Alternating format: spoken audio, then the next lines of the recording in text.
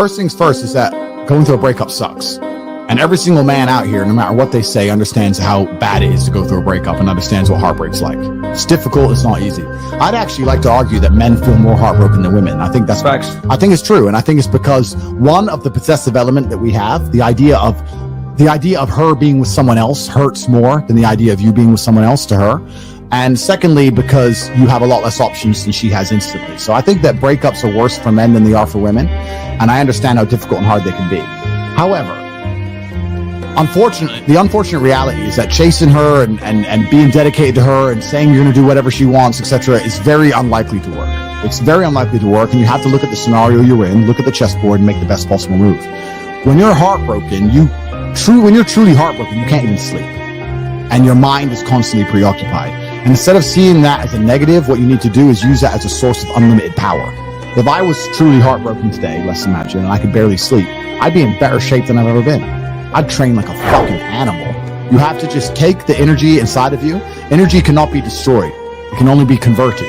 Whether it's heat into light or the momentum into friction or however you want to put it, right? Energy cannot be destroyed. It can only be converted from one form to another.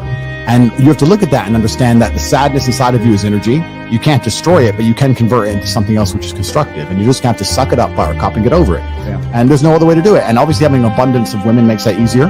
But I wouldn't even put it that way. I'd say if you were with a woman and you lost her and you're now lonely and she's going to be moving on and you're absolutely utterly heartbroken and you're destroyed inside, I understand how difficult that is. But now you have genuine sadness inside of you, which is unlimited motivation for you to become a fucking beast, become an animal.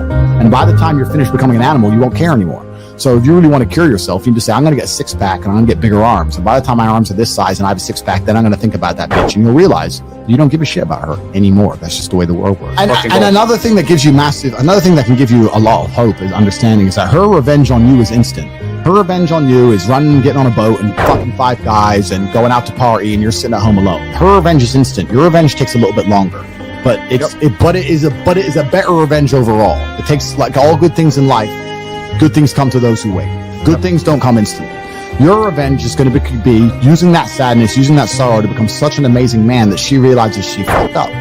Every single one of my exes realizes they fucked up. There's not a single person who's close to me whose life would be better if I wasn't in it. Every single one of my exes looks and goes, I wish I had top G still now. I just text my boyfriend my problems. He can't fix them, but Andrew fucking good. I'm sitting here on economy, Tate's on his jet. I fucked up. And so if you get to take that sadness and sorrow and truly become the man that you know you can become, then your victory comes. It's maybe a little bit delayed, but it's certainly and utterly is coming, and you should be excited by that. You need to look that there'll be a day where she regrets the decision she made.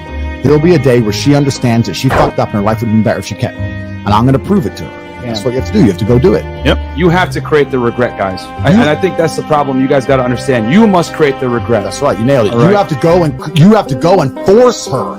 You have to force her to feel regret by the magnitude of your actions. If you sit around your ass being mopey, she ain't gonna feel regret. If you text her, you're gonna regret losing me, she ain't gonna feel regret. You have to get up and attack the universe, and through the force of your monumental achievements, the universe is gonna create a massive sadness ball. A nice big ball of regret and dump it on her fucking head. You can do that. Yep. You know what's funny? Hit her with that spirit bomb, motherfucker. You break a weird girl, right? All of a sudden, 5 years pass. You're doing well, nice car, new apartment, maybe a better job. And she's like, her friend is like, yo, Susie, have you seen Jack? He's doing really well now. He's like, wait, show me his Instagram. Before you know it, she's like, damn, I messed up. That right there is indirect regret.